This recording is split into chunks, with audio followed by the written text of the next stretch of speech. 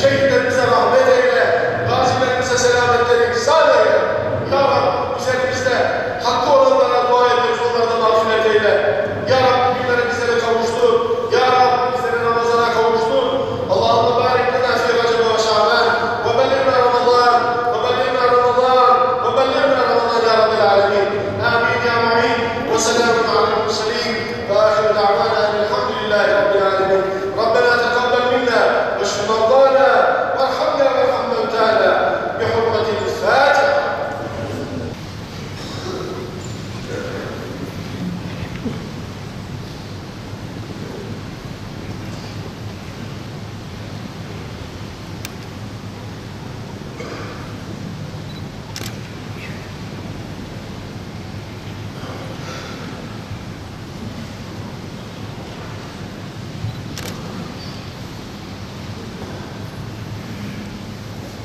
الله أكبر الله أكبر لا إله إلا الله الله أكبر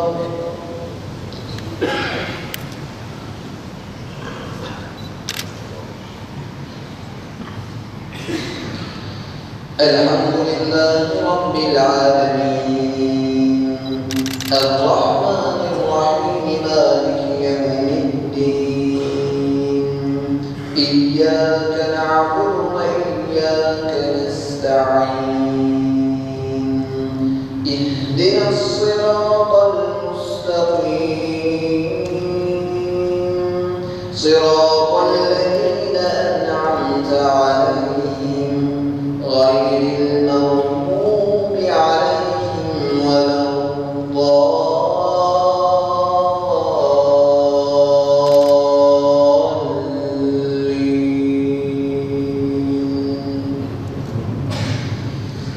والشمس وضحاها والقمر إذا تلاها والنهار إذا جلاها والليل إذا يغشاها والسماء وما بناها والأرض وما طحاها ونفس وما سواها فألهمها فجورها وتقواها الله أكبر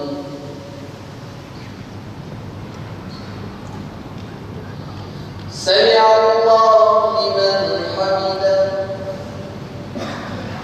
الله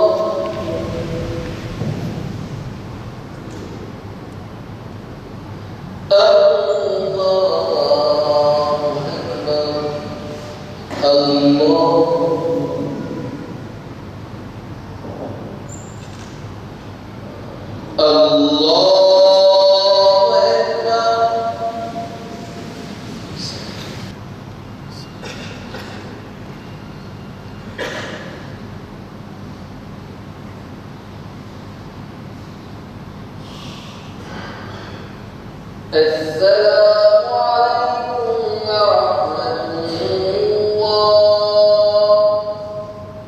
السلام عليكم ورحمة الله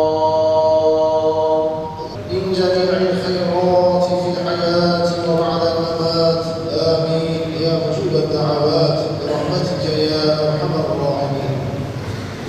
حسنا وفي الآخرة حسنة وقنا عذاب النار سبيل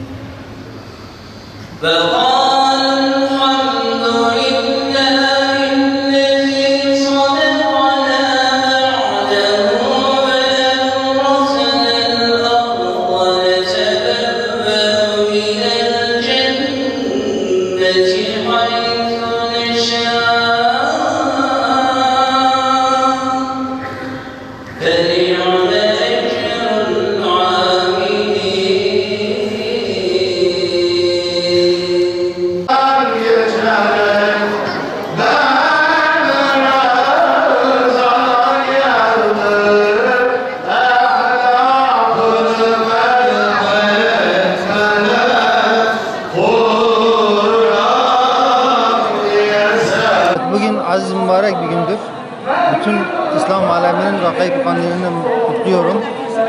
Bugün barış günüdür, kardeşlik günüdür. Birbirimizin kıymetini, değerini bilelim. Bütün her yerde barış olsun, birbirimizin kıymetini bilelim. Bu kadar.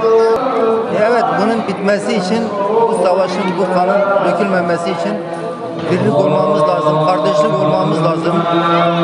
Yani bundan Türkiye'mizin, Cumhurbaşkanımızın kıymetini, değerini bilmek lazım. İnşallah bütün Müslüman arasında kardeşlik olur, barış olur. Bundan tek dileğimiz budur. Bugün Rakayip Kandili. Öncelikle bütün ülkemizde koronavirüsü gibi birçok şeyler var. Bunun için biz küçüğüz, daha yaşımız kurtarmıyor. Bize düşen görev sadece namaz kılıp dua etmek. İnşallah Allah bu ülkemizdeki hastalık ve benzeri şeyleri götürür. Ramazan ayı yaklaşıyor. Namaz kılmalıyız, oruç tutmalıyız. Fitre ve sadaka vermeliyiz. Ve zekat çok önemli bu konuda. Ve bu konuda da Kur'an okumayı hiç şey yapmamalıyız, eksik etmemeliyiz. Bol bol Kur'an okumalıyız. Tüm İslam aleminin Regaib Kandili mübarek olsun. Allah nice daha bu güzel günlere bizleri çıkarmayı nasip ve müyesser eylesin. İslam günleri çok güzel günler yaşıyor. İnşallah Ramazan'a erişir ve ne mutlu bu ülkede yaşamak. Teşekkür ederim. İstanbul'da oturuyorum normalde. Ataşehir'deyim. Kandil günü olması münasebetiyle İstanbul'dan 3 arkadaş olarak geldik. Urfa'yı biz peygamberlerimizin şehri olarak biliyoruz. Burada Balıklı Gölü, camilerimizi, mağaralarımızı gezdik. Allah nasip ederse bu gecede mümkün olduğu kadar hem ibadetimizi yapıp hem burada bir yerde konaklayıp yarın da manevi olan güzel yerlerimizi gezeceğiz. Bu vatan, bu toprak, buralar hepsi 81 vilayet bizim olduğu için her tarafı gezmek niyetindeyiz. Bugün başlangıç yaptık.